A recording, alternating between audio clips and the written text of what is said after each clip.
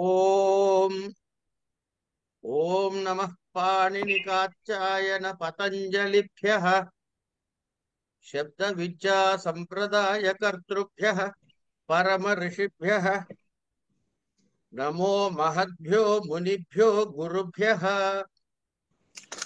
ఏనాక్షర సమామ్నాయమధిగమ్య మహేశ్వరాత్ కృత్స్నం వ్యాకరణం ప్రోక్తం తస్మై పాణినయే నమః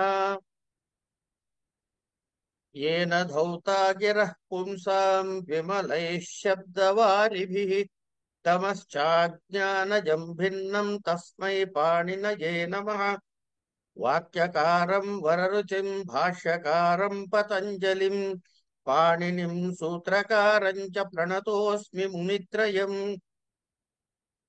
मुनित्रयं नमस्कृत्य तदुक्तेः परिभाव्य च वैयाकरण सिद्धांत कौमुदीयं विरच्यते।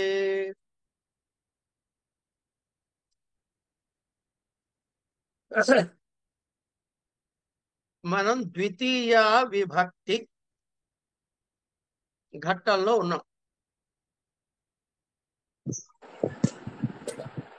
నిన్న ఎక్కడి దాకా వచ్చాం అంటే కర్మణి ద్వితీయ వరకు వచ్చాం. ఈ కర్మణి ద్వితీయలో అనభిహితే అనేటటువంటి గురించి చెప్పుకుంటూ అభిహితము దేని దేని వలన జరగచ్చు అన్నదానికి 4 చెప్పుకున్నాం. ఎవరైనా సహాయం చేయగలరా? ఆ 4 ఏమిటో చెప్పి.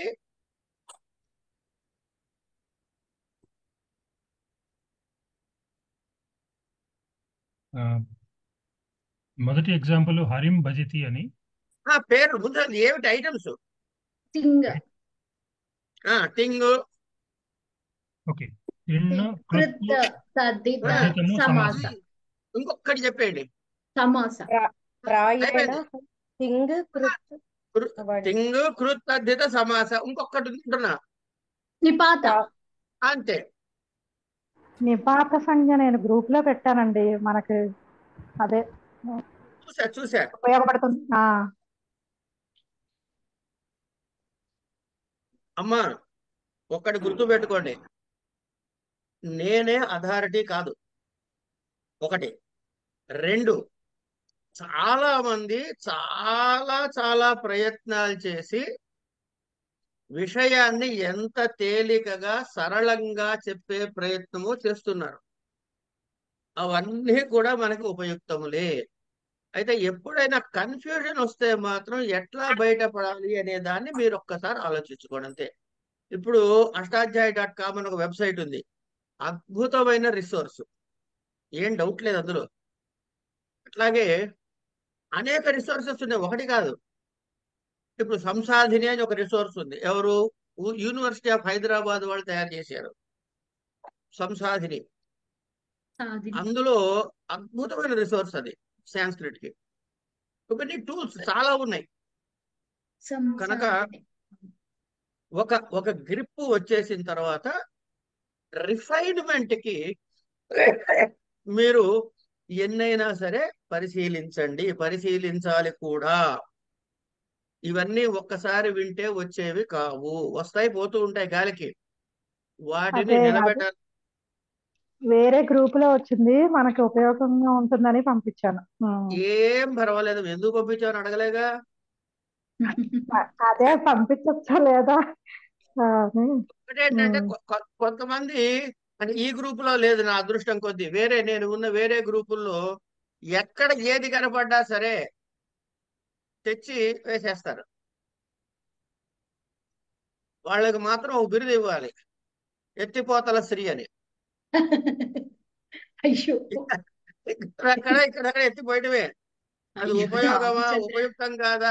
ఎందుకు ఆ గ్రూప్ లో నేనేం చేశాడు, ఒక ఆయన చక్కగా ఇది శ్రీరామ గద్యం రాఘవ గద్యం అని పెట్టాడు. ఇక్కడ అవసరం ఏముంది ఆ సాంస్క్రిట్ లెర్నింగ్ గ్రూప్ లో? ఏమో పెట్టాడు ఆయన, కాదంటే కోపం వస్తుంది. కనుక మనం ఆలోచించుకుంటాం. ఇది నిపాత పెట్టారు, చాలా బాగుందమ్మా. అట్లాగే మొన్న ఒకళ్ళు అద్భుతమైనది పెట్టారు. ఏంటది? లిస్టు నేనే పెట్టానండి. నేనే పెట్టాను. అదే కారకాల ఎగ్జాంపుల్ లిస్ట్ పెట్టారు. కారకాలు, సంజ్ఞలు ఎగ్జాంపుల్స్ అది కూడా నేనే పెట్టాను. అదే గ్రూప్ లో పెట్టారు కదా, వచ్చింది. వినండి. Thank you Soumya. పెట్టారు ఇట్స్ కదా. ఓకే. ఆ పెట్టిన దాన్ని నేనేం చేశాను, మిగతా అనవసరమైన పేపర్లన్నీ కోసేసి ఓన్లీ ఇది మాత్రం వచ్చేట్టు పెట్టారు. చూసారా పోనీ? చూశాను గురుగారు. చూసానండి. అదే ఫాలో అవుతున్నా. అదే చూసాను.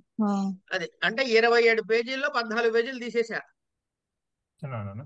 అవును గురుగారు, చూశాను. దీనికి 13 పేజీలు ఎన్నో వచ్చింది, అది పెట్టా. అది చూసుకో, రోజు ఒక్కసారి చూసారనుకోండి అదే హాయిగా మీకు మర్చిపోకుండా ఉంటుంది. చదువుతున్నామండి. ఎనీవే, రోజు చదువుతున్నామండి అది. రైట్. సరే, ఇక మనం పాఠంలోకి వెళ్దాం. తథాయుక్తం చానీప్సితం, ఈప్సితమం అవక్రియయా యుక్తం అనీప్సితమపి కారకం కర్మసంజ్ఞం స్యాత్. గ్రామం గచ్చన్ తృణం స్పృశతి, ఓదనం భుంజానో విషం భుంక్తే. తథా యుక్తం చ అనీప్సితం, ఇది సూత్రం. అంటే ఈప్సితమము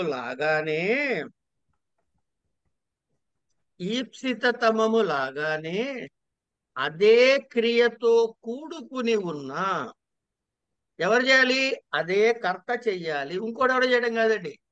కర్తురీప్సితమం కర్మ కదా, కనుక ఆ కర్తకి ఈప్సితమైన కర్మ ఏదైతే ఉందో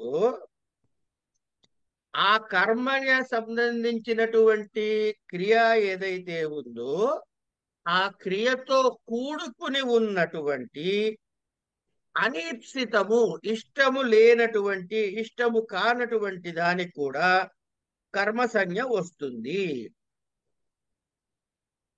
దీనికి మంచి ఉదాహరణ ఎవరంటే స్కూల్కి వెళ్ళే పిల్లవాడు.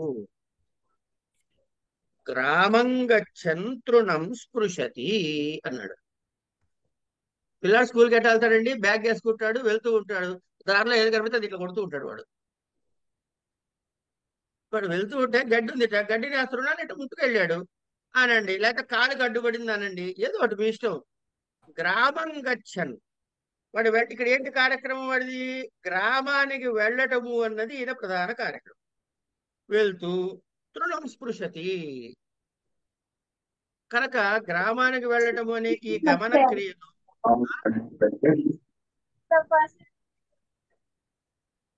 ఇదొక్కటి కొంచెం ప్రయత్నం చేసి మానేయండి అమ్మా దయచేసి.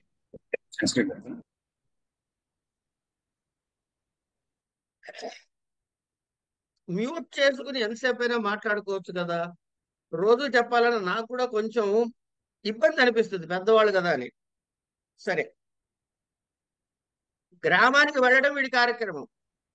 వెళ్తూ ఏం చేశాడు? దారిలో గడ్డుండి ముట్టుకున్నాడు. ఇది వీడి ఈప్సితమా? కాదు. పోనీ ఇష్టం ఉందా? లేదు. అని తథాయుక్తం చ అనీప్సితం, అంటే ఇష్టము కానిదైనా కారకానికి వస్తుంది. అంటే గ్రామానికి వెళ్తూ వెళ్తూ గడ్డి పరకని స్పృశించాడు. ఇక్కడ ఈ స్పృశ ధాత్వర్థం క్రియతో కూడుకున్నటువంటి ఏ పెద్ద ఇష్టమైన ఇష్టతమ అనీప్సితమేది కనుక ఈప్సితమము కాకపోయినప్పటికీ దీనికి తృణానికి కూడా కర్మసంజ్ఞ ప్రవర్తించి ద్వితీయ విభక్తి వస్తుంది. అనీప్సితం అన్నాడు కదా, ఇంకోటి చెబుతున్నాడు ఉదాహరణ.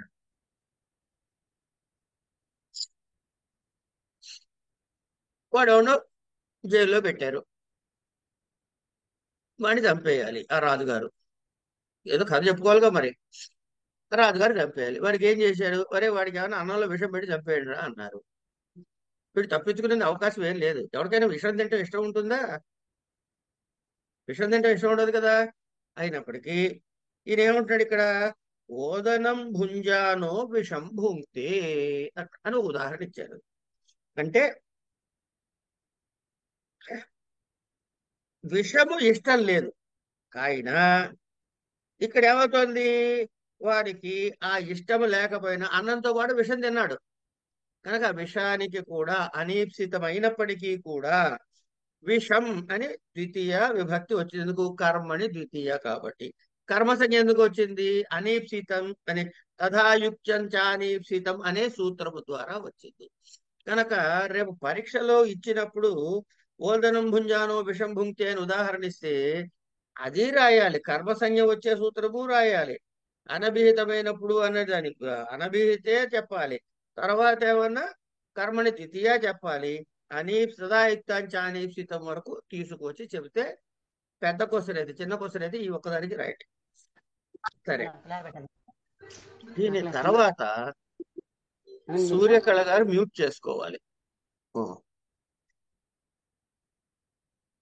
దీని తర్వాతి సూత్రం అకథితం చ. అకథితం అకథితం చ. అకథితం చ అంటే ఏమిటి అంటే, ఒక్క నిమిషం అండి.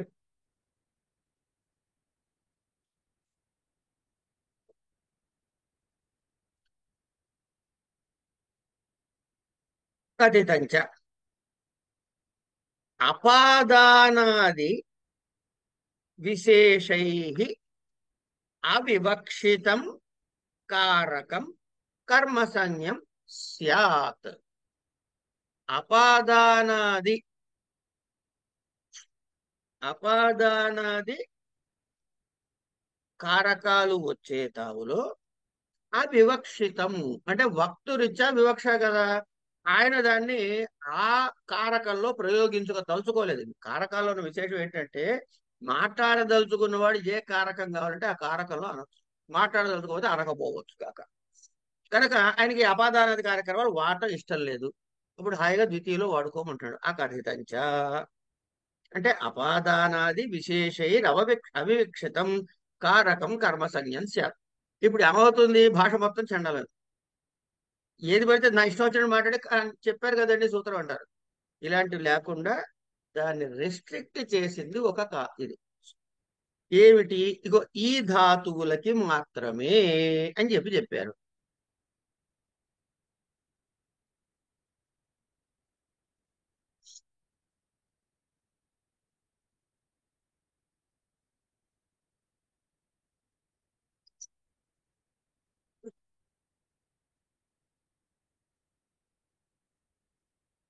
యాచ్ పచ్ పచ్చ రంగులు ఎల్లో కలర్ లో ఉన్నది గమనించండి. దుహ్ యాచ్ పచ్ దండ్ రుధిత్ రుధి ప్రచ్చిబ్రూషా సుజిమత్ముషాం కర్మయుక్స్యాదధికతి అకథితంచ తథా స్యాన్ని హృక్ష్వహాం అనుంది. ఈ శ్లోకము పద విభాగము చేస్తే దుహ్ ఈ ధాతువులు అనమాట. దుహ్ యాచ్ పచ్ దండ్ రుధి ప్రచ్ఛ చి బ్రూయ్ శాసు జి మత్ ముష్ నీ హృ కృష్ వహ్. ఇగో ఈ ధాతువుల మీద అని ముందు ఫస్ట్ పట్టుకోండి. ఇది మనం ఏం చెప్పుకుంటున్నాం, అకథితంచ చెప్పుకుంటున్నాం. అకథితంచాలో ఇగో ఈ ధాతువులకి మాత్రమే అని.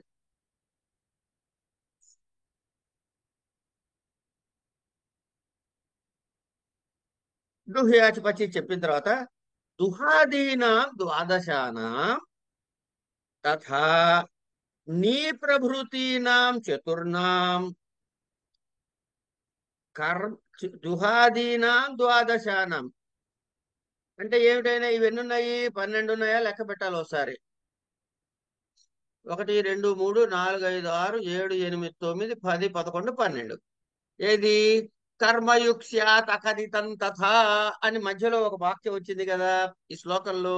అందుకని దాని ముందేమన్నా 12, దాని తర్వాత నీ హృకృష్వహరి 4 వెరసి కర్మణ యద్యుజ్యతే కర్మణ యద్యుజ్యతే తదేవాకథితం కర్మేతి పరిగణనం కర్తవ్యమిత్యర్థ.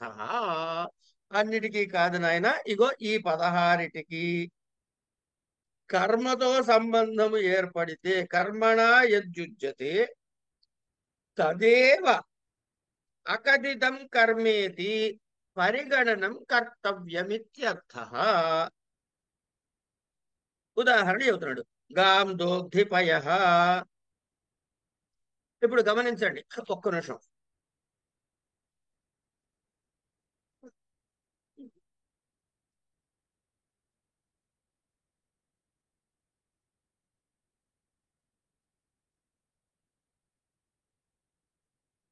నేను ఉదాహరణలు చెబుతూ ఉంటాను, మీరు జాగ్రత్తగా ఈ దుహు యాచు పచ్చు వీటిని గమనించండి. గాం దోగ్ధిపయ దుహు. బలిం యాచతే వసుధాం యాచ్. అవినీతం వినయం యాచతే. ఏమండి? తండులా నోదనం పచతి. గర్గాన్ శతం దండయతి. వ్రజమవరుణద్ధి గాం వృద్ధి. మానవకం పంథానం పృచ్ఛతి పృచ్ఛ. వృక్షమవచినోతి ఫలాని వృక్షమవచినోతి ఫలాని చి. మానవకం ధర్మం బ్రూతే బ్రూయ్. మానవకం ధర్మం శాస్తి శాసు. శతం జయతి దేవదత్తం జి. సుధాం క్షీరనిధిం మధ్నాతి మథ్. దేవదత్తం శతం ముష్ణాతి ముష్. గ్రామమజాం నయతి హరతి కర్షతి వహతి వా. ఇక చూడండి, కింద 4 ఉన్నాయి కదా, నీ హృకృష్వ. దానికి అన్నిటికి కలిపి ఏం చెప్పాడు? గ్రామం అజాం నయతి, గ్రామమజాం హరతి, గ్రామమజాం కర్షతి, గ్రామమజాం వహతి అని 4. తర్వాత అర్ధ నిబంధేయం సంజ్ఞా. బలిం భిక్షతే వసుధాం. మానవకం ధర్మం భాషతే. అవిదత్తే వక్తీత్యాది. తర్వాత కారకం కిం. కారకం కిం అంటే ఏమన్నాడు? అపాదాన దిశ వివక్షితం కారకం కర్మసంజ్ఞం స్యాత్ అన్నాడు కదా. కారకం కిం. మానవకస్య పితరం పంధానం పృచ్ఛతి. అకర్మక ధాతు బిర్యోగే దేశో కాలో భావో గంతవ్యోధ్వాచ కర్మసంజ్ఞక ఇది వాచ్యం. ఇందులోని వార్తికం ఇది. కురూన్ స్వపితి మాసమాస్తే గోదోహమాస్తే క్రోశమాస్తే. ఇది ఈ మొత్తం ఈ సూత్రం తాలూకు బ్లాక్. ఏ సూత్రం తాలూకు బ్లాక్ ఇది? అకథితంచ అనేటటువంటి ఈ సూత్రం తాలూకు బ్లాక్. ఇప్పుడు మనం ఒక్కొక్కటి చెప్పుకుందాం. గాం దోగ్ధిపయ. గోవును పాలు పితుకుతున్నాడు. ఏమండి? ఇప్పుడు ఇక్కడ దుహ్ అనే ధాతు వచ్చింది కదా. దుహ్ అనే ధాతుకి పితకటము అని అర్థం. ఇక్కడ కర్మ ఏమిటి? ఈ ధాతు అర్థం ఏంటి? పితకడం దేనికి ఏం చేస్తున్నాడు? పాలని పితుకుతున్నాడు. పాలని పితుకుతున్నది ఎక్కడి నుంచి పితుకుతున్నాడు? గోవు ఎక్కువ పొదుగు నుంచి పితుకుతున్నాడు. గోవు నుంచి పితుకుతున్నాడు. కనుక గోవు లోపల ఉన్నటువంటి పాలు అనే ఒక ద్రవ్యాన్ని దాని నుంచి వేరు చేసే క్రియ ఫలం. ఏమండి? ఏది? పాలు అన్నది. కనుక గోవుకి ఏ సంజ్ఞ రావాలి? అపాదాన సంజ్ఞ రావాలి. కానీ ఈ కారకం ఈ సూత్రం చేత గోవు నుండి అనే అర్థం కాకుండా వివక్ష చేసినప్పుడు ఏమనాలి అంటే ఈ సూత్రం చేత కర్మ సంజ్ఞ వస్తుంది. అప్పుడు ఏమవుతుంది? గోహ్ అనే బదులు గాం అనే రూపం వచ్చింది. అంటే గోహ్ అనే పంచమీ విభక్తి వివక్ష చేస్తే ఉంటుంది. వివక్ష చేయకపోతే గాం దోగ్ధిపయ అని కర్మ సంజ్ఞతోటి కర్మని ద్వితీయ అని ద్వితీయ విభక్తి వాడి గాం అనే రూపం ఏర్పడుతుంది. అట్లాగే బలిం యాచతే వసుధాం. ఈ ఉదాహరణలో ఉదాహరణ ఏమైంది? క్రమంగా బలిం యాచతే వసుధా.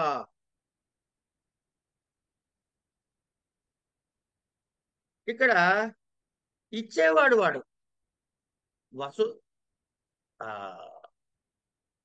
వామనుడు బలిని అడుగుతున్నాడు. కనుక ఇక్కడ ఏమిటది? బలిం యాచతే ఏమిటి? వసుధాం. వసుధాని అడుగుతున్నాడు దగ్గర. ఈ యాచతే వల్ల వసుధాం వచ్చింది. అలాగే ఒక్క నిమిషం అండి, 1 సెకండ్. బలిం యాచతే వసుధాం అంటే బలి నుండి భూమిని యాచిస్తున్నాడు. అప్పుడు ఏమవ్వాలి? బలికి అపాదాన సంజ్ఞ రావాలి. ఈ అపాదానత్వాన్ని అవివక్షతం చేయబటం బట్టి ప్రస్తుత సూత్రంలో బలిం అని కర్మసంజ్ఞ వచ్చి బలిం అని అన్నాడు. బలిం యాచతే వసుధ. తర్వాత తండులాన్ ఓదనం పచతి. బలినది అవినీతం వినయం యాచతే. అవినీతం వినయం యాచతే. ఈవిడికి వినయం నేర్పించాలన్నమాట. ఒరే నాయన కొంచెం బుద్ధిగా ఉండరా బాబు, నీకు పుణ్యం ఉంటుందిరా, అల్లరి చేయకరా అని పిల్లలు అనట్లే. ఎవడైతే అల్లరి చేస్తున్నాడో వినీతుడు కాడో వాడి నుంచి వినయాన్ని అర్థిస్తున్నాడు వీడు అని. ఇక్కడ కూడా అంతే. అవినీతుడైనటువంటి వాడి నుంచి వినయాన్ని అర్థిస్తున్నాడు కనుక వాడికి కూడా అపాదానం రాకుండా ద్వితీయావిభక్తి వచ్చింది. తండులానోదనం పచతి. తండులానోదనం పచతి దగ్గర ఏమైంది? బియ్యముతో అన్నం వండుతున్నాడు. తండులాన్ బియ్యముతో అన్నం వండుతున్నాడు. ఓదనం పచతి. ఏమండి అంటే అప్పుడు ఆ బియ్యం ఏమైంది? దానికి సాధకతమం కరణం అవుతుంది కనుక కాదు అంతేగా.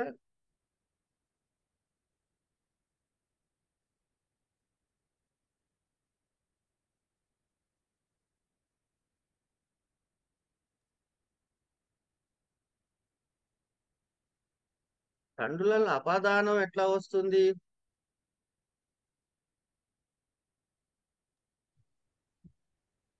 కరెక్ట్ గా అనిపించట్లేదు.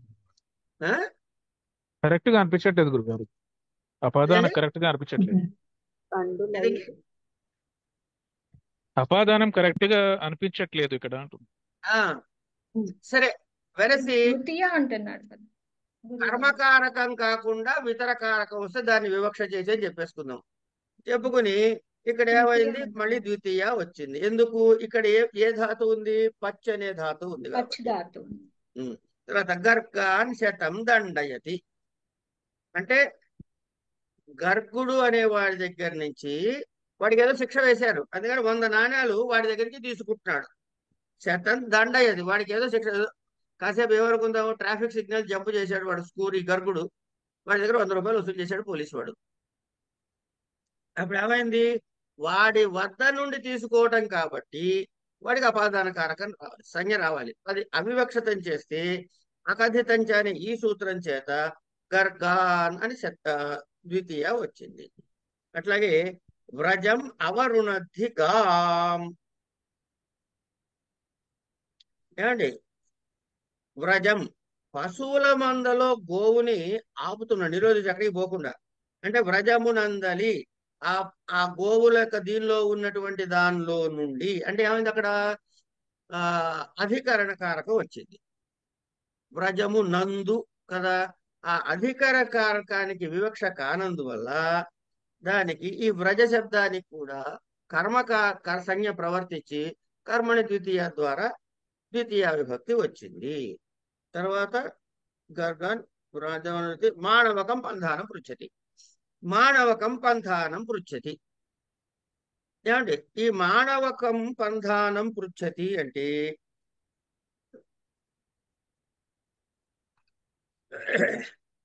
మానవకుడి చేత మార్గాన్ని తెలుసుకోదలుచుకున్నాడు వాడు. అప్పుడు వాడికి ఏం రావాలి? తృతీయ రావాలి. ఆ, కానీ అవివక్ష చేశాం కాబట్టి కర్మసంజ్ఞ వచ్చి ద్వితీయ వచ్చింది, మానవకం అయింది. మానవకం. వృక్షం అవచినోతి ఫలాని. తర్వాత అదే కదండి. వృక్షం అవచినోతి ఫలాని. చి అంటే వృక్షముల నుండి ఫలమును కోయుట. వృక్షము నుండి ఫలమును కూడా పర్ణాత్పత్తి అన్నా ఫలం పద్ధతి అన్న ఒకటేగా. కనుక వృక్షాత్ అని రావాల్సినటువంటి అపాదాన సంజ్ఞ బదులు కర్మ సంజ్ఞ ప్రవర్తించింది. కారణం ఏంటి? ఇక్కడ చి అనే ధాతువుతో అనుసంధానం అయింది కాబట్టి. మానవకం ధర్మం బ్రూతే, లేకపోతే మానవకం ధర్మం శాస్తి, రెండు ఉన్నాయి. ఏది? బ్రూ శాసు రెండు ఉన్నాయిగా. బ్రూతే శాస్తి అంటే మానవకునికి ధర్మాన్ని అంటే మానవకుడి కొరకు ధర్మాన్ని బోధిస్తున్నాడు. బ్రూతే శాస్తి ఆజ్ఞాపిస్తున్నాడు. ఏదైనా ఒకటి అంటే వాడి కొరకు అంటే చతుర్థి రావాలి ఉంటుంది అక్కడ. ఎందుకు? ఆ సంప్రదాన కారక, వాడి కొరకు చెప్పడం కదా ఈ ధర్మాలు అవన్నీ. ఆ సంప్రదాన కారక స్థానంలో అవివక్ష చేయటం వల్ల ద్వితీయ కర్మ సంజ్ఞ వచ్చి ద్వితీయ విభక్తి వస్తుంది. మీరు ఈ స్టేట్మెంట్ స్టాండర్డ్ అనమాట అన్నిటికీ. తర్వాత శతం శతం జయతి దేవదత్తం, శతం జయతి దేవదత్తం. ఈ దేవదత్తుడు అనేవాడు మన కొంచెం ఏదో ప్రాక్టీస్ చేశాడు, పేకాటో ఏదో మొత్తానికి. వాడి దగ్గర నుంచి యువతల వాడు, వీడు విష్ణుదత్తుడు అనుకుందాం, 100 రూపాయలు పందెం గెలిచాడు అనమాట. అంటే 100 నాణ్యాలు గెలుచుకున్నాడు. అంటే ఏమైంది? దేవదత్త శబ్దానికి ఏం రావాలి? దేవదత్తుడి నుండి తీసుకున్నాడు 100 నాణ్యాలు కనుక వాడికి పంచమి రావాలి, అపాదాన కార్యక్రమం వచ్చి. అది అవివక్ష చేయటం వల్ల దేవదత్తం అని ద్వితీయ కర్మని, ద్వితీయ కర్మ సంజ్ఞ వల్ల.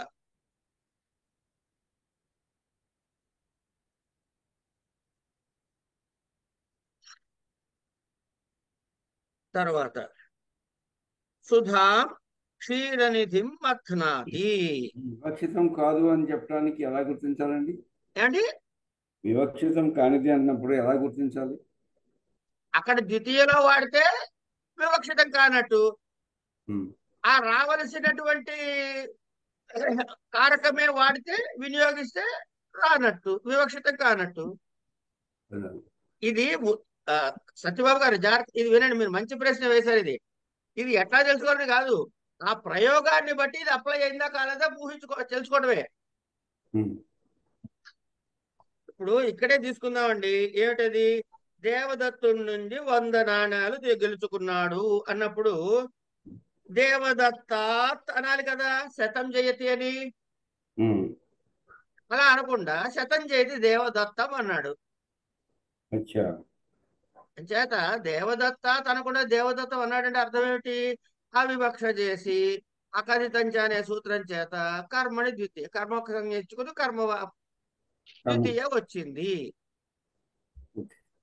ఇది భాష అండి, భాషలో మనం మాట్లాడే వాటిని లీగలైజ్ చేశారు ఉమ్, ఈ ప్రయోగాలన్నీ కూడా. సరే, పాల సముద్రం నుంచి అమృతమును చిలుకుతున్నారు. క్షీరనిధి అంటే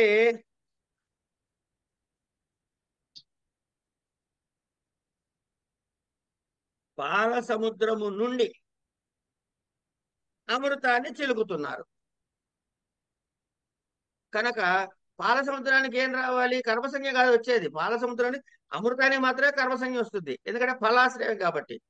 కానీ దీనికి కూడా కర్మసంజ్ఞ ఇచ్చుకుని అవివక్షితం కాబట్టి దీనికి కూడా క్షీరనిధిం అని చెప్పి ప్రయోగం చూపించారు. తర్వాత ఇంకో 4 ఉన్నాయండి. ఏమిటవి? అజాం, గ్రామం, గ్రామం అజాం నయతి, గ్రామం అజాం హరతి, జ్ఞామజాం కర్షతి, జ్ఞానం అజాం వహతి అని. మేకను గ్రామమునకు తీసుకుపోతున్నాడు. ఇక్కడ గ్రామ శబ్దానికి ఏం రావాలి? మేకలను గ్రామానికి తీసుకుపోతున్నాడు. అధికరణం అధికరణం వస్తుందా? గ్రామము కొరకు అనుకుందాం కాసేపు. కొరకు ఏమండి, కనుక మేకని గ్రామమును తీసుకుపోతున్నాడు అని అర్థం వచ్చేట్టు గ్రామం అజాం నయతి అన్నాడు. సరే, వింటారే బాగుందా బాగాలేదు తర్వాత విషయం, వాడచ్చు అనేది నిజం. అట్లాగే నయతి బదులు ఏం పెడుతూ హరతనండి, కర్షతేనండి, వహతేనండి, అన్నిటికీ ఒకటే ఉదాహరణ. అంటే ఏమిటవుతుంది ఇక్కడ అంటే హరతి, కర్షతి, మహతి ఈ అన్నిట్లో కూడా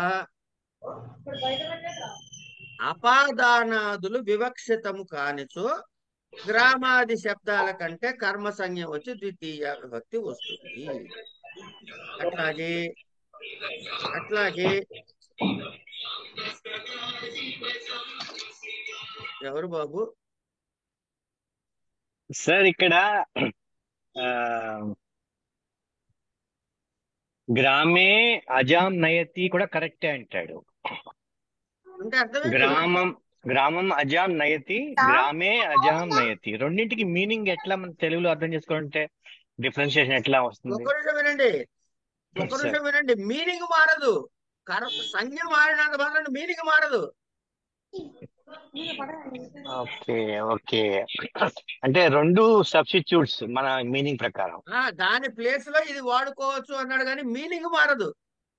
దీని మీనింగ్ ఏమో గ్రామం అజానైత్ అంటే గ్రామం కోసం తీసుకెళ్తున్నాడు, గ్రామంలోకి మేకని తీసుకెళ్తున్నాడు. గ్రామే అజాం అన్న అదే అర్థం వస్తుంది. అదే అచ్చా, అర్థం. అంటే దేవదత్తాత్ అన్న దేవదత్తం అన్న దేవదత్తుడే పోగొట్టుకుంటున్నట్టు, దేవదత్తాతే అర్థం. ఆయనే పోగొట్టుకుంటున్నాడు డబ్బులు. దేవదత్తాతే అర్థం. దానికి దేవదత్తం అన్న కూడా అర్థంలో మాత్రం దేవదత్తాతే. ఓకే, అంటే శతం జయిత్ దేవదత్తం అంటే దేవదత్తుడు పోగొట్టుకున్నాడన్న, అంతే. గెలిచాడు. వాడి దగ్గర పోగొట్టుకోడు, జయిత్ కదా, అంతే. అంటే వివక్ష చేసి కూడా చెప్పుకోవచ్చు అండి మన హాయిగా పంచమి. చెప్పుకోవచ్చు. మీరు ఒక్కసారి ముందు చదవండి, ఒక్కసారి అకథితంచ, ఏదండి? దాని తర్వాత వాక్యం చదవండి. అకథితం అనగా చెప్పబడనిది అని అర్థం. తెలుగులో అదేనా? కాదు, మొత్తం దాని వృత్తి చదవండి. అపాదానాది విశేషైః అవివక్షితం కారకం కర్మ అంటే సంజ్ఞం స్యాత్. అపాదానాది కారకాలు వివక్ష చేయకపోతే కర్మ సంజ్ఞం స్యాత్ వస్తుంది అన్నాడు. అది వాడే చెప్పాడు, వృత్తిలోనే చెప్పాడు. అపాదానాది కారకాలు అవివక్షితమైనప్పుడు ఆ కారక స్థానంలో కర్మ సంజ్ఞ ప్రవర్తిస్తుంది. ఓకేనండి. ఇంకొక క్రిటికల్ పాయింట్ కూడా చెప్పాడండి. ఈ సూత్రంలోనే ఈ 16 ధాతువులు వచ్చినప్పుడు అపాదానము అవివక్షిత చేయాలని కూడా చెప్తున్నాడు. ఒక సెంటెన్స్ ఏం చెప్పాడంటే, ఈ ధాతువులు వచ్చినప్పుడు తప్పనిసరిగా అపాదానం వాడకూడదని చెప్తున్నాడు. ఏ ధాతువులు ప్రయోగప్పుడు అపానాదులుగా వివక్షింపబడవో అట్టి 16 ధాతువులను వార్తికాలు చెప్పారు. ఈ 16 ధాతువులు ఇక్కడ చెప్పాడు. ఈ ధాతు మళ్ళీ మీరు చదివిన వాక్యమే మళ్ళీ చదవండి. ఏ ధాతువులు ప్రయోగించినప్పుడు అపానాదులుగా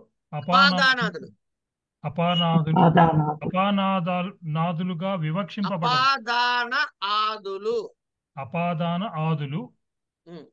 అపాదాన ఆదులుగా వివక్షింపబడవో వివక్షింపబడవో వివక్ష చెయ్యకపోతే అని అర్థం. అట్టి 16 ధాతువులను వార్తికాలు చెప్పారు. అంటే ఈ సూత్రంలోనే ఈ 16 ధాతువులు క్రిటికల్ ఇక్కడ.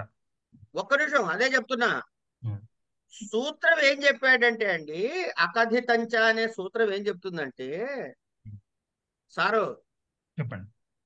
అకథితంచ అనే సూత్రం ఏం చెప్తుందంటే, అపాదానాది కారకాలని అవివక్షితము చేస్తే, అంటే వివక్షితము చేయకపోతే కర్మ సంజ్ఞ వస్తుంది అని ఒక బ్లాంకెట్ రూల్ చెప్పాడు.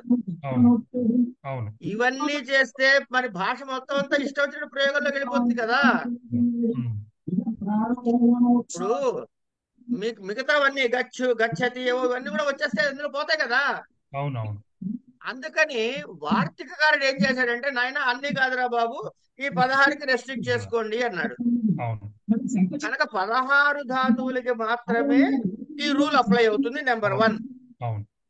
కానీ వివక్ష చేయదలుచుకుంటే వక్తకి ఎప్పుడు ఛాయిస్ ఉంది. అదే వివక్ష అంటే. ఈ ధాతువులతో కూడా ఈ ధాతువులకే అసలు కారకము గాని అది వదిలేస్తే కర్మకారకం గాని వాడుకోవచ్చు. ఇవి ద్వికర్మకాలు కాదండి, ద్వికర్మక ధాతువులు కాదు. ఈ దుఃప్రత్యయాచ్ ఇవన్నీ. ఇప్పుడు ఆ క్లారిఫికేషన్ ఇక్కడ మనకి ఎక్కడైనా రెఫర్ చేశాడా అమ్మా? లేదు, చేయలేదు. అంటే కంపల్సరీగా కర్మ రావాలని అట్లాగే. అట్లా కాదు, వీటికి మాత్రమే వివక్ష చేయమని చెప్పాడు. అది ద్వికర్మకమా అకర్మకమా అనే మాట లేనప్పుడు లేదు. దానిని అనవసరమైనటువంటి కొత్త ఇన్పుట్స్ తీసుకోకండి. అవి అయి ఉండొచ్చు గాక, ద్వికర్మక ధాతువులు అయి ఉండొచ్చు గాక, కాదన్ను నేను, కానీ వాటి జోలికి పోకండి. ఎందుకంటే సరే సూత్రములోను వృత్తిలోను ఎంతవరకు రెస్ట్రిక్ట్ చేశాడో అక్కడికి లిమిట్ అయిపోయింది ప్రస్తుతానికి. తర్వాత మళ్ళీ కావాలంటే మీరు ప్రత్యేకంగా వ్యాకరణాన్ని వ్యాకరణంగా చదువుకుంటారు చూడండి, అప్పుడు ఆ వివరాలన్నీ చూద్దరు. కానీ ఇప్పుడు మాత్రం కన్ఫ్యూజ్ చేసుకోకండి. ఇందులో కారకం అని లేకపోతే ఏమవుతుంది? ఇప్పుడు ఇందులో కారకం అని లేకపోతే ఏమవుతుంది?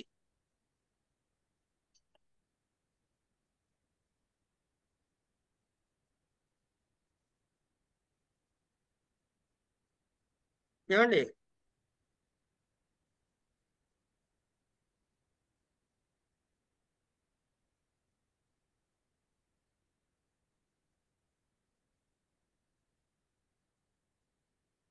మానవకస్య పితరం, ఉదాహరణ చూడండి. మానవకస్య పితరం పంథానం పృచ్చతి. ఇప్పుడు పంథానం అనే మాట వచ్చింది, పంథానం పృచ్చతి వచ్చింది కదా. ఏమండి? ఎవరు? మానవకస్య పితరం పంథానం పృచ్చతి. ఈ మానవకస్య పితరం అన్నప్పుడు మానవుడికి ఏమిటి, ఏ సంజ్ఞ, ఏ కారకం వస్తుంది అక్కడ? ఏ కారకం లేదు అక్కడ. మానవకస్య పితరం అన్నాడు, శేషషష్ఠి. శేషషష్ఠి. షష్ఠి అన్నది కారకం కాదు. షష్ఠి అన్నది కారకం కాదు.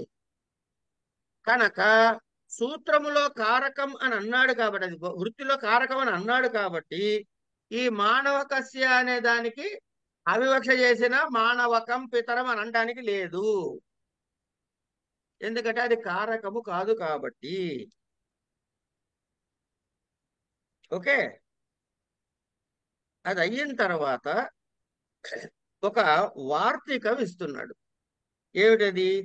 అకర్మక ధాతుభిర్యోగే, అకర్మక ధాతువులతో యోగము కలిగినప్పుడు దేశ, కాల, భావో, గంతవ్యోధ్వా వెళ్ళదలుచుకున్న మార్గము, చ కర్మ సంజ్ఞక ఇది వాచ్యం అన్నాడు. అకర్మక ధాతువులైనతో యోగము కలిగినప్పుడు దేశ, కాల, భావ, గంతవ్యోధ్వ ఈ వీటికి, ఈ నాలుగిటికి కూడా కర్మ సంజ్ఞకం ఇది వాచ్యం. కురూన్ స్వపితి అన్నాడు.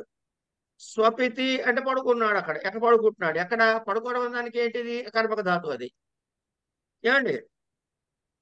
అకర్మకమా సకర్మకమా అని తెలుసుకోవడం ఎట్లా అంటే, దేనిని అని ఒక ప్రశ్న వేస్తే సమాధానం వస్తే సకర్మకము, సమాధానం రాకపోతే అకర్మకం. తింటున్నాడు, ఖాదతి. దేనిని తింటున్నాడు? పండుని తింటున్నాడు. సమాధానం వచ్చిందిగా, సకర్మక. స్వపితి పడుకుంటున్నాడు. దేనిని పడుకుంటున్నాడు? సమాధానం లేదు, ఇది అకర్మక. సరే, కురూన్ అన్నాడు. అసలు వీడు ఎక్కడ పడుకుంటున్నాడు? కురుదేశముల యందు పడుకుంటున్నాడు. అకర్మక ధాతువైన స్వపితికి యోగంలో ఉంది కాబట్టి కురూన్ అనేది దేశవాచకమైనటువంటి పదం కదా.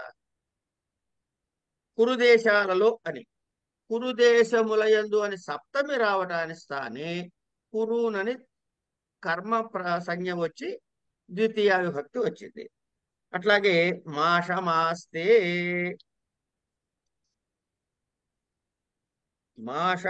మాసమాస్తే అన్నాడు. అంటే భావ క్రియ వచ్చేది ఇక్కడ. ఏమిటది? మాషమాస్తే. మాసం, మాషం కదండి బాబు, ఇందాక నుంచి పొరపాటు అంటున్నాం. మాషం మాషం అని వస్తుంది నోట్లోంచి. మాసమాస్తే అని సూత్రం. తర్వాత మూడో ఉదాహరణ ఏమిటి? మూడో ఉదాహరణ ఏమి ఇచ్చాడండి? క్రోశమాస్తే. మాసమాస్తే, క్రోశమాస్తే. ఇంకా గోదోహమాస్తే. గోదోహమాస్తే. ఇక్కడ ఏమేమి ఇచ్చాడా?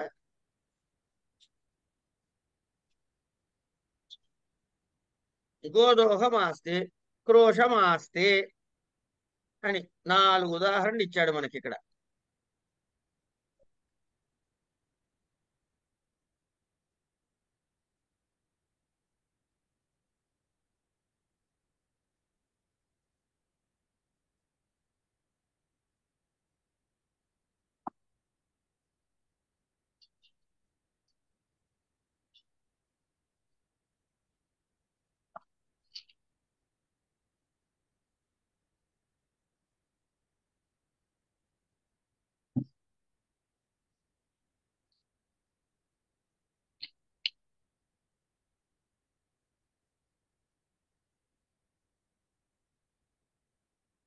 దేనికి? దేశము, కాలము కనుక యథాతథంగానా ఇది?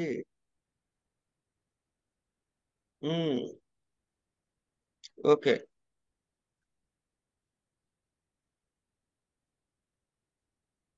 కాలం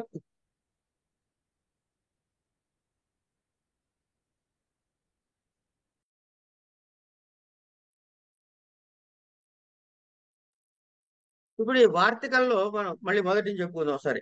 ఈ వార్తికంలో ఏంటి వార్తికము అంటే ఎక్కడా పైన గుర్తులేదు, అందుకని ఒక్కసారి అది చెప్పుకుందాం.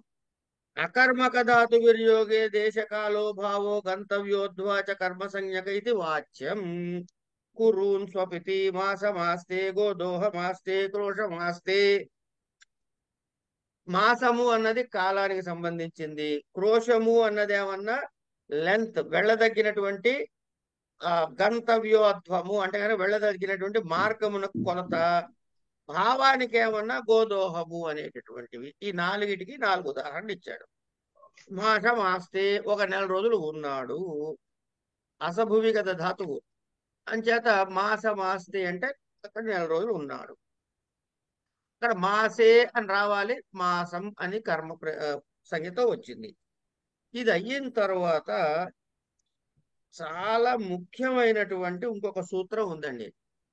గతి బుద్ధి ప్రత్యవసానార్థ శబ్ద కర్మ కర్మణ కర్మకాణం అని కర్త సనౌ అనేది తర్వాతి సూత్రం. పాప అయితే ఏమంది?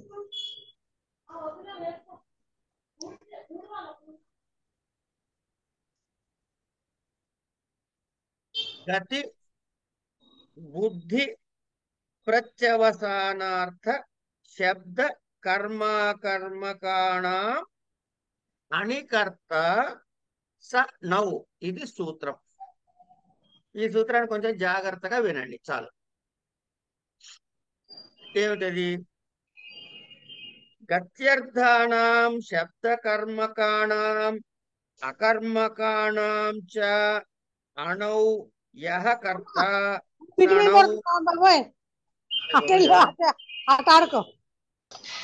గెలాక్సీ అనే దాని నుంచి వస్తుంది గురుగారు సౌండ్.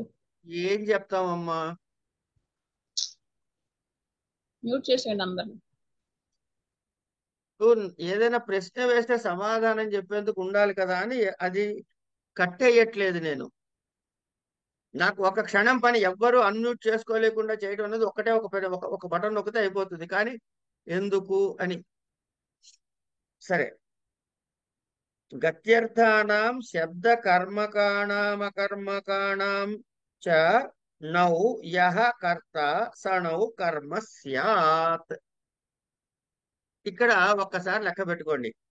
గతి బుద్ధి ప్రత్యవసానార్థ శబ్దము, కర్మ అకర్మకాలు, వీటికి అంటే గతి బుద్ధి ప్రత్యవసానార్థ శబ్ద కర్మ అకర్మకాలకు అనికర్త సహా నౌ అని పదచ్ఛేదం చేసుకోవాలి. గతి అంటే గమనము, బుద్ధి అంటే మనకి తెలుసు, ప్రత్యవసానము అంటే భక్షణ క్రియ, తినటము అని. ఏంటండి 43 సత్యబాబు గారు? ఎవరో పేజ్ నెంబర్ అడుగుతున్నారండి. అదే, ఓకే. నా వెతికి ఇచ్చాను అందుకే. ఓకే ఓకే ఓకే ఓకే కాసేపు ఉండి మాట్లాడతారా?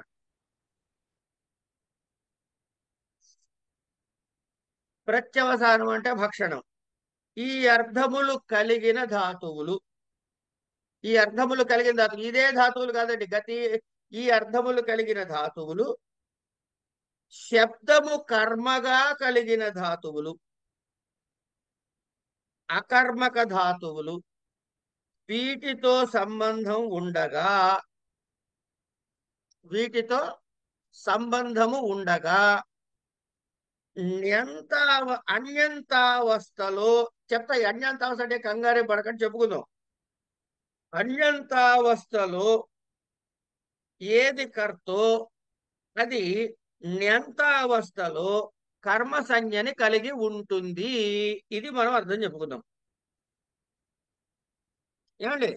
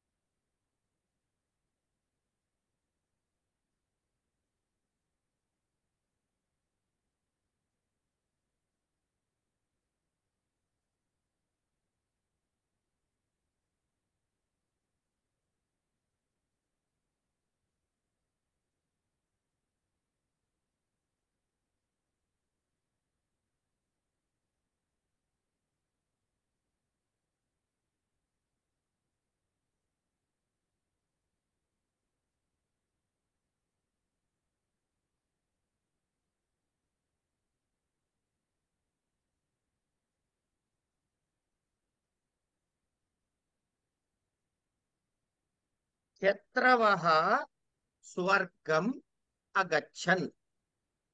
సరే, అంటే అర్థం ఏంటండి? ఎవరైనా ఒకళ్ళు ఆన్ చేసి పెట్టుకోండి.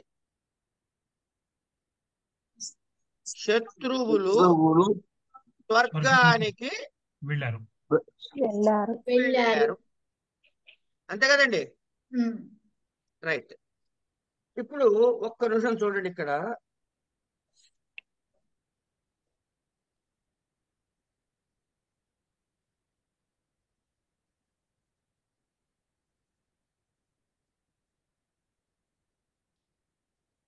ఇప్పుడు గచ్చతి అని ఉందనుకోండి ఒక ధాతువు. ఇదేంటి? ఏ ధాతువు మీద నుంచి వచ్చింది? గమ్. గమ్ అనే గమ్ అనే ధాతువు నుంచి వచ్చింది. నేచురల్ గా గమ్లు అంటే ఇట్లా కొట్టాలనుకోండి, గమ్లు ధాతువు నుంచి వచ్చింది. సరే, గమ్. దీనికి నిచ్ అనే ఒక ప్రత్యయం చేరిస్తే గమయతి అనే రూపం వస్తుంది. ఏమండి? అది అట్లాగే పఠతి, పాఠయతి. పాఠయతి. ఈ రెండు మాటలు అర్థమైనాయండి? పఠతి అంటే పఠతి అంటే చదువుతున్నాడు, పాఠయతి పాఠయతి అంటే చదివించుచున్నాడు. చదివించుచున్నాడు. ఏమండి? ఈ పఠతి అనే దానికి ఇగో ఈ నిచ్ అనే ప్రత్యయం చేరుస్తే వచ్చినది పాఠయతి అనే రూపం. ఓకే, ఇది అర్థమైంది కదా? ఇప్పుడు శిశుః పాఠం పఠతి. మాత ఇది అది పుస్తకం ఉండాలి కదా. ఏమండి?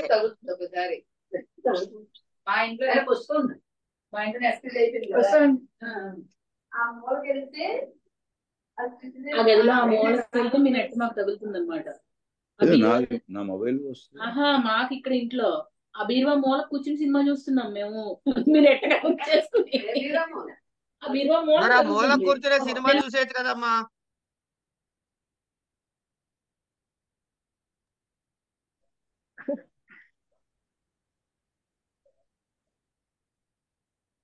మాత దీని తెలుగు చెప్పండి.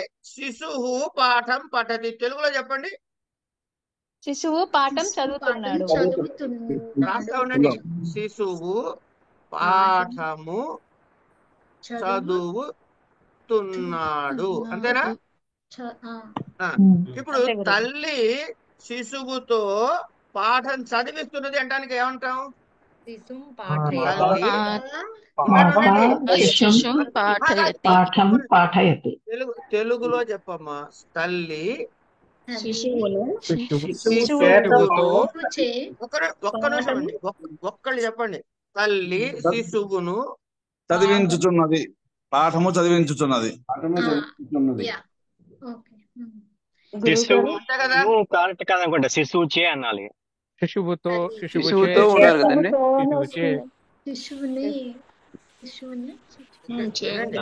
శిశువుతో అంటే సరిపోద్ది. ఒక్క నిమిషం వినండి సార్, కొట్టుకోకండి అక్కడ. తల్లి శిశువుని చదివిస్తోంది. పిల్లల్ని చదివిస్తున్నాం అంటావా కానీ పిల్లలతో చదివిస్తున్నాం అనక్కర్లే. పిల్లాడు అంత కరెక్టే. ఏమండి? ఇప్పుడు పైన శిశువు పాఠము చదువుతున్నాడు, అప్పుడు శిశువు ఏ విభక్తిలో ఉంది? ప్రథమలో ఉంది. తల్లి శిశువును పాఠము చదివించుచున్నది అన్నప్పుడు శిశువును అయిందా లేదా? అంటే ఇప్పుడు ఇది చెప్పండి.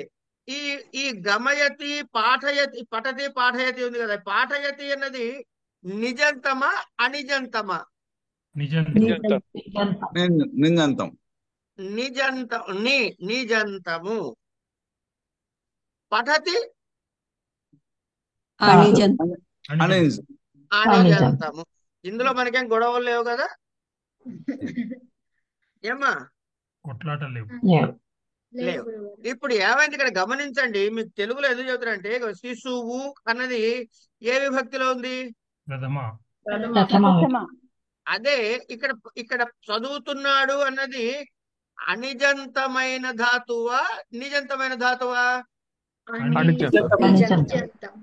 అనిజంతమైన ధాతువు. ఎందుకు సూత్రం ఒక్కసారి చెప్పండి, రాసుకుంటారా ఇక్కడ? సూత్రం చెప్పండి. గతి వగైరా వగైరా వగైరా. ఏమండి? అనికర్త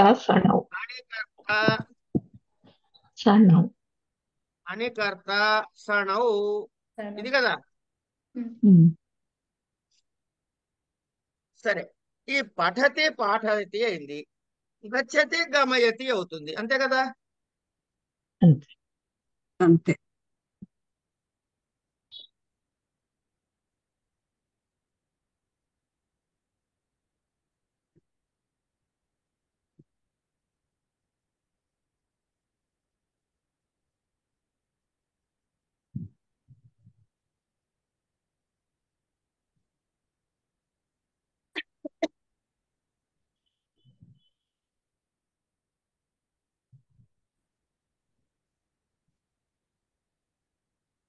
శిశువును పాఠశాల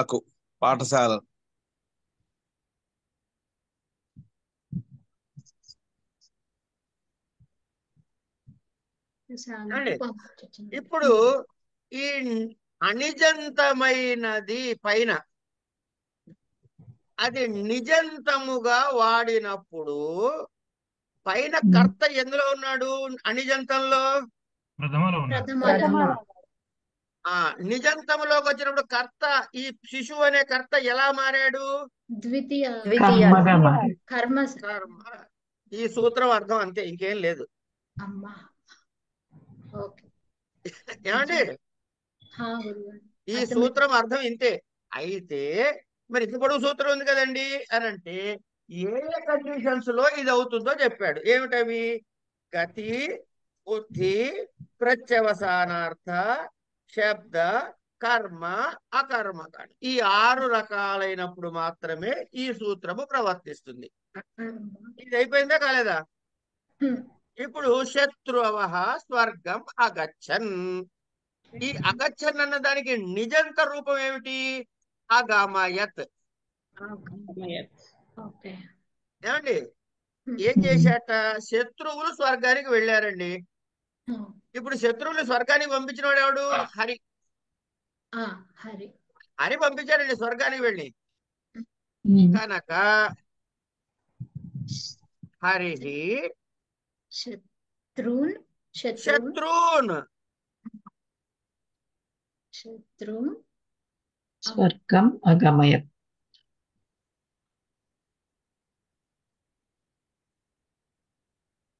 ఇంతే ఉదాహరణ. ఒకసారి ఇది రాసుకుందాం. క్లియరా కాదా? క్లియర్. ఇప్పుడు విషయం ఏంటంటే ఇక్కడ శత్రవః అని ఒకటే కర్త ఉన్నాడు, కర్త కదా. కానీ మన కిందకు వచ్చేటడికి ఇక్కడ శత్రువులు కర్తే, హరి కూడా కర్తే. అంటే రెండు కర్తలు ఉన్నారు. మరి ఏ కర్తని ఎట్లా గుర్తుపడతాం? ముందున్న కర్త వెనకున్న కర్త అందామా? చెప్పండి శత్రువు అని వచ్చింది కదండి. శత్రువున్ అని ద్వితీయలో వచ్చేసింది కదా. అమ్మా. అక్కడ మీరు మళ్ళీ మర్చిపోతున్న విషయం ఏమిటంటే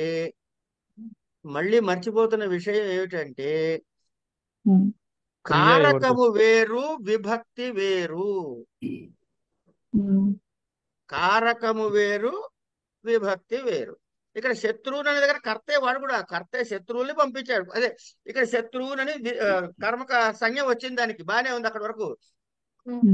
ఈ నిజ పైన శత్రువా స్వర్గం అగచ్చను కదా. ఇక్కడ మొదటి కర్త అంటామండి. మొదటి కర్త రెండో కర్త అనకుండా దాని టెక్నికల్ గా ఏం చెప్పారంటే, ఇప్పుడు ఇంతకీ తల్లి, ఒక్క నిమిషం అండి, ఎవరు చెప్పకండి, ఒక నిమిషం. నేను చెప్పేసిన తర్వాత నేను నా తప్పులన్నీ దిద్దండి, తర్వాత మాట్లాడుకుందాం. తల్లి కొడుకుని ప్రేరేపిస్తోందా, తల్లే వెళ్తోందా? ప్రేరేపిస్తోంది. వెళ్తున్నవాడు ఎవడు? పిల్లాడు, కొడుకు. కొడుకు. ఇక్కడ హరి శత్రువులు స్వర్గానికి పోయేందుకు ప్రేరేపిస్తున్నాడు. ఆయన పోట్ల, శత్రువులు పోతున్నారు. కనుక ఇక్కడ ఏం చేశారంటే ఈయనని ప్రయోజక కర్త అన్నారు. ప్రయోజక కర్త. ఈయన్ని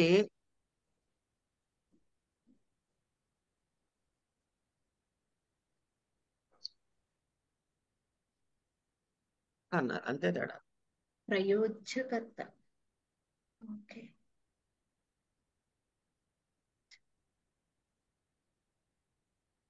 ప్రయోజక ప్రయోజ.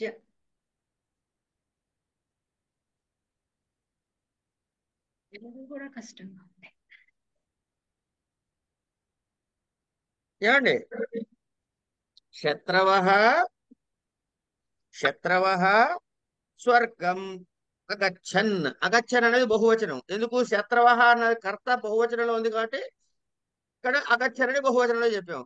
కానీ కింద హరిహి అగమయత్, పంపిస్తున్న వాడు హరి. కనుక హరి ఏకవచనం ఉంది కాబట్టి అగమయత్ అని చెప్పి ఏకవచనంలో చెప్పాం. ఎవరిని? శత్రవః. కనుక శత్రువున్. ఎక్కడికి? స్వర్గం.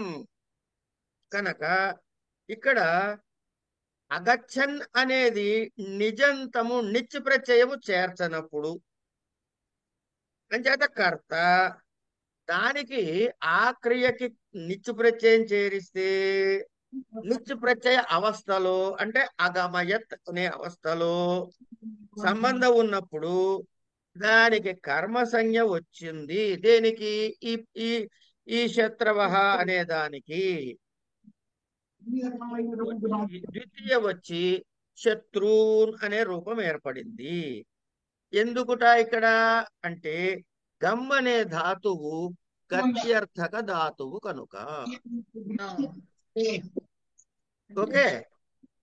రెండోది బుద్ధ్యర్థక ధాతు. గతి బుద్ధి అన్నారు కదా, బుద్ధ్యర్థక ధాతువుకి స్వాన్ వేదార్థం అవేదయత్. స్వాన్ వేదార్థం అవేదయత్ అంటే ఇక్కడ యాక్చువల్ గా ఏమిటి? ఎవరు? హరి. ఈ హరే చేస్తున్నాడు ఈ పని. ఇక్కడ చిన్న విషయం చెబుతా వినండి.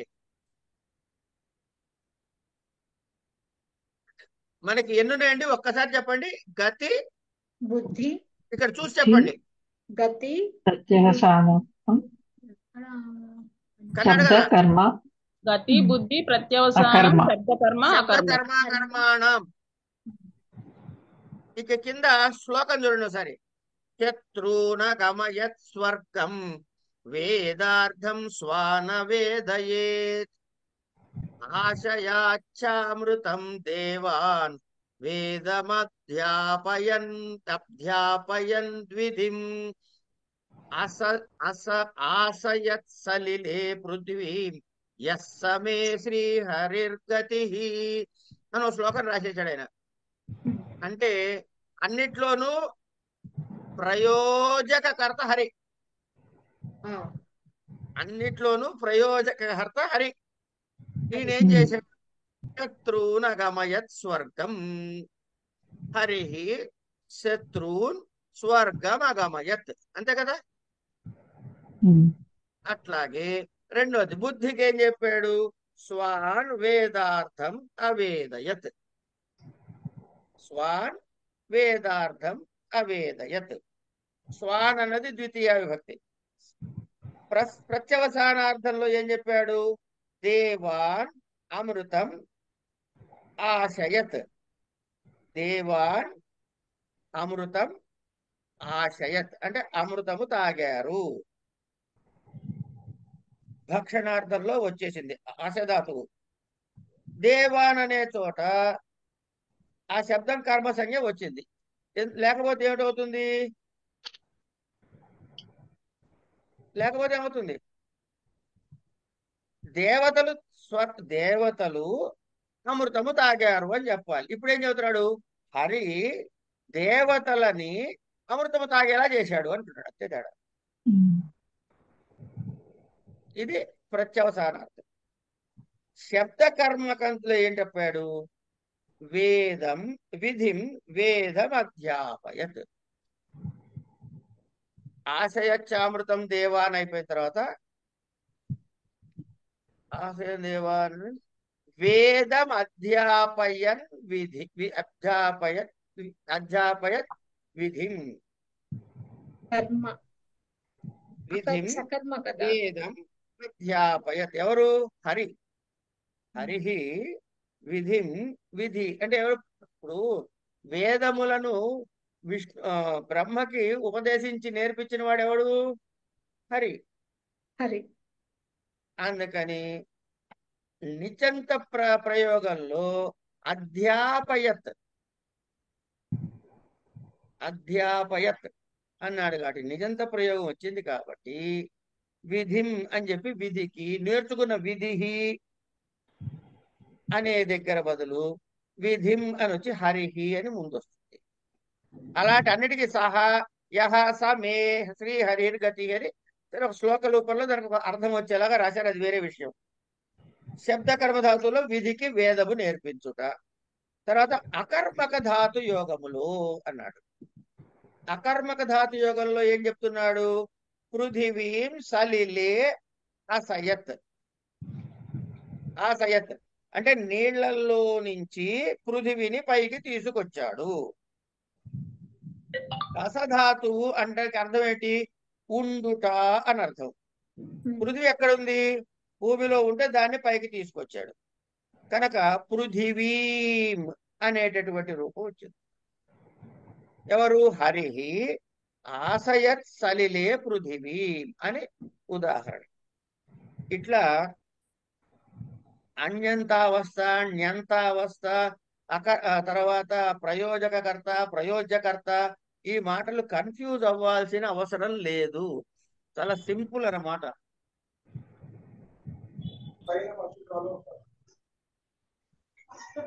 కనుక ఈ సూత్రం ప్రకారము గతి బుద్ధి చెప్పడం ఒకసారి సూత్రం చెప్పాలి.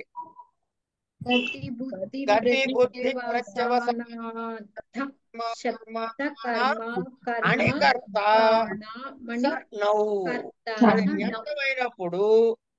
న్యంతమైనప్పుడు ద్వితీయ విభక్తిలోకి వస్తుంది కర్త. ఏది? అన్యంత స్థితిలో ఉన్నటువంటి కర్త.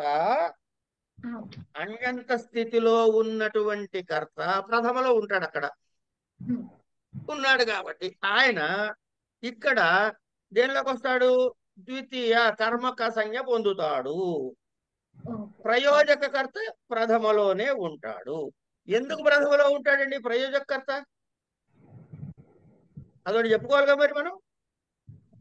ఇప్పుడు ప్రయోజకకర్త అన్నాడు, బాగానే ఉంది. ఇప్పుడు ఇక్కడ ఒక నిమిషం చూద్దాం.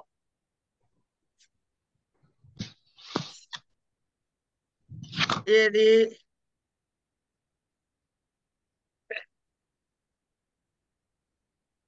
దేవదత్త ఏమండి గ్రామం గచ్చతి అందాం. ఇది ఎంత ప్రయోగాలు ఎట్లా వస్తుంది చెప్పండి. ఈయన విష్ణుదత్తుడు చేస్తాడు. దేవదత్తుడు ఇంకోడు విష్ణుదత్త విష్ణుదత్త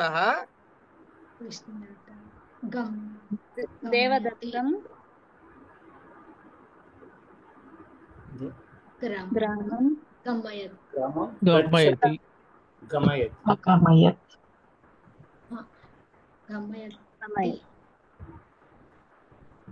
విష్ణుదత్త దేవదత్తం గ్రామం గమయతి. అయిపోయింది కదా. ఏమండి ఇంతకీ ఇప్పుడు జరిగిన విషయం ఏంటి? ప్రయోజకకర్త ఎవడు ఇందులో? విష్ణుదత్త. ప్రయోజ్యకర్త ఎవడు? దేవదత్త. అనిజంతమైనటువంటి ఇదేది క్రియాపదం ఏమిటి? గచ్చతి.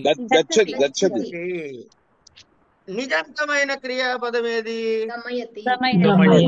గమయతి.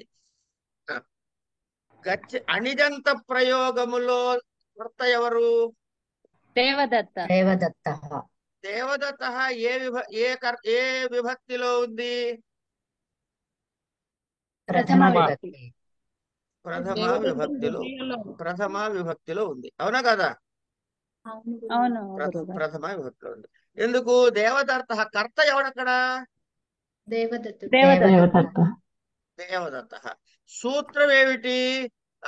ఒక్క నిమిషం, మిమ్మల్ని కన్ఫ్యూజ్ చేయడానికి అడగట్లేదు, ఇది మీకు క్లారిటీ ఇవ్వడం కోసం అని అడుగుతున్నా. దాన్ని ఏమంటారు? కర్తృకరణయోస్ తృతీయ అన్నారు కదా. అవునా? అన్నారా అనలేదా? మరి దేవదత్త తృతీయలో రాకుండా ప్రథమలో ఎందుకు వచ్చింది?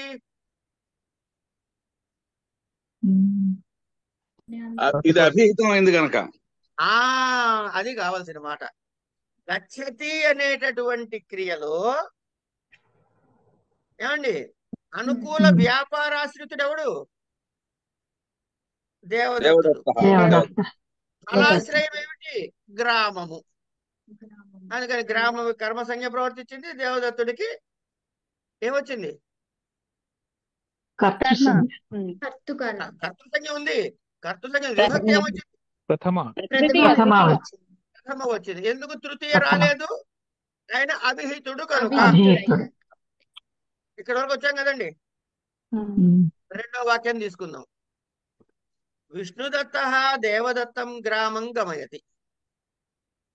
ఇప్పుడు గమయతి అంటే పంపిస్తున్నవాడు, ప్రేరేపిస్తున్నవాడు ఎవడు? విష్ణుదత్తుడు. ఇక్కడ కూడా గమయతి అనేటటువంటి ఈ క్రియాపదము ఎవరిని అభిహితం చేస్తోంది? విష్ణుదత్తుడు. అందుకని విష్ణుదత్తుడికి ఏం రాలేదు? ఏమొచ్చింది? ప్రథమ. సరే, ఇప్పుడు ఈ విష్ణుదత్తుడు అనేవాడు ఉన్నాడే, వాడి సొంత తెలివితేటలో పంపించలేదు దేవదత్తుడిని. యజ్ఞదత్తుడు అని ఒకటి చెప్పాడు. అరే నాయన వాడిని దేవదత్తుడిని ఊరు పంపించరా బాబు అని. అంచేత ఇప్పుడు యజ్ఞదత్ ఇక్కడ పక్కన ఆపేశాను. ఏమండి?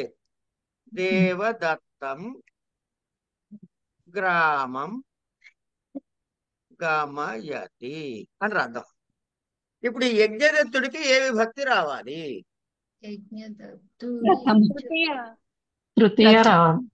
ఎందుకు? కారణం ఆయన వలన. ఇక్కడ కారణం కాదమ్మా, ఇద్దరు కర్తలే. యజ్ఞదత్తుడు కూడా కర్తే. యజ్ఞదత్తుడు కూడా దేవదత్తుడు గ్రామాన్ని పంపించడంలో కర్తే, వాడి ప్రేరేపణతోగా వెళ్తున్నాడు కనుక మనకి ఇక్కడ ఇద్దరు ప్రయోజక కర్తలు ఉన్నారు.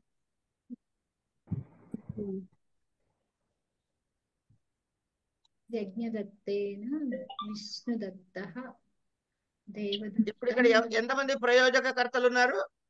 ఇద్దరు ఉన్నారండి లేరండి? ఉన్నారు. అందరూ సమాధానం చెప్పాలి. ఉన్నారు. ఉన్నారు. అయితే సరే, పైన రూల్ ప్రకారం గచ్చతి గమయతి అయింది కాబట్టి దేవదత్తమైంది, నాకేం అభ్యంతరం లేదు. కానీ యజ్ఞదత్త విష్ణుదత్త ఇద్దరు ప్రయోజక కర్తలుంటే ఒకడికి తృతీయలోను ఒకడికి ప్రథమలో ఎందుకు చెప్పారమ్మా? అనభిహితం అది, ఇది అభిహితం. అది గమయతి అనేటటువంటి క్రియలో అభిహితం యజ్ఞదత్తుడు అనభిహితం. ఎవరికి అభిహితం చేస్తుంది? విష్ణుదత్తుడు. అందుకని విష్ణుదత్తుడికి అభిహితం అయింది కనుక ప్రాతిపదికార్థలింగ వచన మాత్రమే ప్రథమ అనే సూత్రం చేత ప్రథమ విభక్తి వచ్చింది. యజ్ఞదత్తుడు కర్త అయినప్పటికీ అభిహితుడు కాడు కనుక యజ్ఞదత్తేన ఇక్కడ తృతీయ వచ్చి యజ్ఞదత్తేన విష్ణుదత్త దేవదత్తం గ్రామం గమయతి. మా నాన్న చేత చెప్పబడి నేను నిన్ను స్కూల్కి పంపిస్తున్నాను. అంతే కదండి? ఏమమ్మా అంతేనా? అంతేనండి. అయితే ఇక్కడ ఇంకొక మాట చెప్తా వినండి.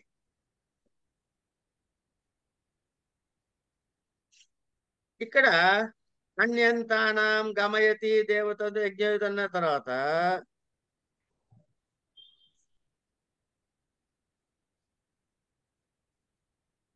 అన్యంతానాం అణికర్తాసనం అన్నాడు కదా. అన్యంతానాం అని ఎందుకు ప్రయోగించాడయ్యా అని ఒక ప్రశ్న వేశాడు మనకి. ఇప్పుడు గత్యాధికం అని దగ్గర పాచయచ్చోదనం దేవదత్తేనా,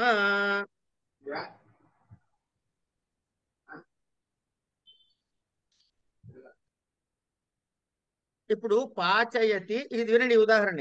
దేవదత్తేన ఓదనం పాచయతి,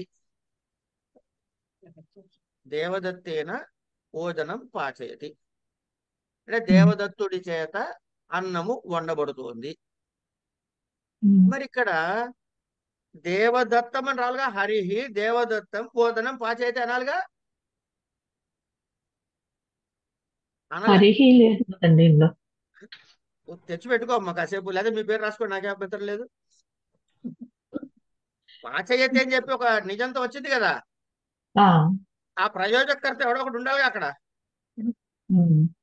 కానీ దేవదత్తం అని చెప్పి ద్వితీయ రాలేదని గమనించాల్సిన పాయింట్. ఎందుకు రాలేదు అంటే పచన క్రియ ఈ గత్యర్థకమైనది గాని ఆ ప్రత్యాశలో గాని లేకపోతే గనక బుద్ధిలో గాని లేదు, ఆ ధాతుకు సంబంధించింది కాదు. కనుక దీన్ని ఏమంటారు? ప్రత్యుదాహరణం అంటారు. ఏమంటారు? ప్రత్యుదాహరణం. తర్వాత అన్యంతావస్థలో కర్తకే న్యంతావస్థలో సూత్రము చేత కర్మసంజ్ఞ విధించబడింది. అవునా కాదా చెప్పండి ఫస్ట్. మళ్ళీ చెప్పనా? చెప్తా, తప్పకుండా చెప్తా. అన్యంతావస్థలో ఉన్న కర్తకే అంటే గచ్చతిలో ఉన్న దేవదత్తుడికి న్యంతావస్థలో ఈ సూత్రం చేత కర్మసంజ్ఞ వచ్చి దేవదత్తం అయ్యింది. అవునా కాదా? ఇప్పుడు మనం ప్రయోజకర్తను ఇంకోటి తెచ్చుకున్నాం. ఎవరిని? ఆ విష్ణుదత్తుడో యజ్ఞదత్తుడో తెచ్చుకున్నాం కదా. మరి వీడికి కూడా ప్రథమ రావచ్చు కదా అంటే ఈ గమయతి నుంచి గమయతికే వచ్చాం కానీ గచ్చతి నుంచి గమయతికి రాలేదు మనం ఇక్కడ ఈ వాక్యంలో, మూడో వాక్యంలో. అంటే ఏమిటి? అన్యంతం నుంచి న్యంతానికి వచ్చింది కాదు ఈ వాక్యం. అర్థమైందండి? అంచేత న్యంతము అన్యంతకర్త నుంచి న్యంతకర్త అయినప్పుడు మాత్రమే ఈ సూత్రం ప్రవర్తిస్తుంది. రెండు చోట్ల విష్ణుదత్త దేవదత్తం గ్రామం గమయతి, ఆల్రెడీ జ్ఞంతావలస్తువులో ఉంది. తేన విష్ణుదత్త దేవదత్తం గ్రామం గమయతి దగ్గర కూడాను జ్ఞంతమే ఉంది. కనుక అన్యంతం నుంచి జ్ఞంతం రాలేదు కాబట్టి ఇక్కడ మార్పు రాలేదు. ఓకేనండి, ఇక్కడ వరకు అయిందా లేదా? అయిందండి. అయ్యింది అనిపించాము, అయ్యింది అనిపించాము, అవ్వలేదు, అయ్యింది అనిపించాము. ఇక్కడికి ఆపేద్దాం. దీనికి మీరు గమనించినట్లయితే గతి బుద్ధి ప్రత్యవధాన కర్మకి 1, 2, 3, 4, 5, 6, 7 వార్తికాలు ఉన్నాయండి. దీనికి ఈ 7 వార్తికాలు చెప్పుకుంటేనే ఈ సూత్రం పూర్తవుతుంది. ఓకేనా? ఈ పైన చెప్పిన గతి బుద్ధి ప్రత్యవసానార్థ శబ్ద కర్మ కర్మణం కర్మకాణం దగ్గరకు వచ్చేటడికి శత్రువునగమయత్ స్వర్గం మొదటి దానికి, వేదార్థం స్వాన వేదయత్ రెండో దానికి, ఆశయాచామృతం దేవాన్ మూడో దానికి, వేదమధ్యాపయత్ విధిం 4, ఆశయల్ సలిలే పృథివీం. ఇక్కడ వరకు వీటన్నిటికీ ఉదాహరణలు వచ్చేసాయి. ఇవన్నీ ఉదాహరణలను ఒక్క శ్లోకంలో ఇచ్చారు. కనుక ఈ శ్లోకం ఎవరికైనా ఓపికను నోటికి చేస్తే ఈ సూత్రం తాలూకు ఎగ్జాంపుల్స్ అన్ని నోటికి వచ్చినట్లే. ఇక్కడికి ఇవాళ ఆపుదా. సో థర్డ్ సెంటెన్స్ వచ్చేసరికి ఏం చేశాడంటే, థర్డ్ సెంటెన్స్ వచ్చేసరికి విష్ణుమిత్రుని పిలుచు విష్ణుమిత్ర దేవదత్తేన యజ్ఞదత్తం గమయతి అని. మీరు చెప్పిన ఎగ్జాంపుల్ ఏమో కొత్తగా వచ్చిన వాడు విష్ణు మిత్రేనా అని మనం చదివాము. మీనింగ్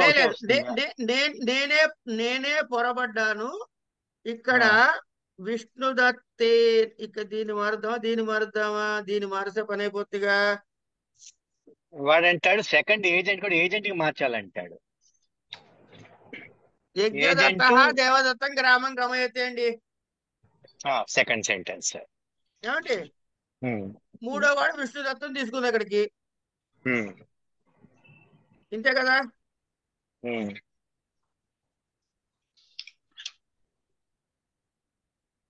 స్క్రీన్ షేర్ చేయలేదా? సారీ, పర్వాలేదు. మీరు చెప్పేది కరెక్ట్, చిన్న మిస్టేక్ అది. లేలే మిస్టేక్ ఏం సిగ్గుపడకూడదు. ఇప్పుడు యజ్ఞదత్తేన అన్నవాడు, యజ్ఞదత్తుడు అనేవాడు ఏజెంట్ అంతే కదా, మధ్యలో వాడు, అంతే, పైన వాడు, మధ్యలో వాడు. వాడికి ఇది వస్తుంది అంతే. తృతీయ. Okay, thank you sir.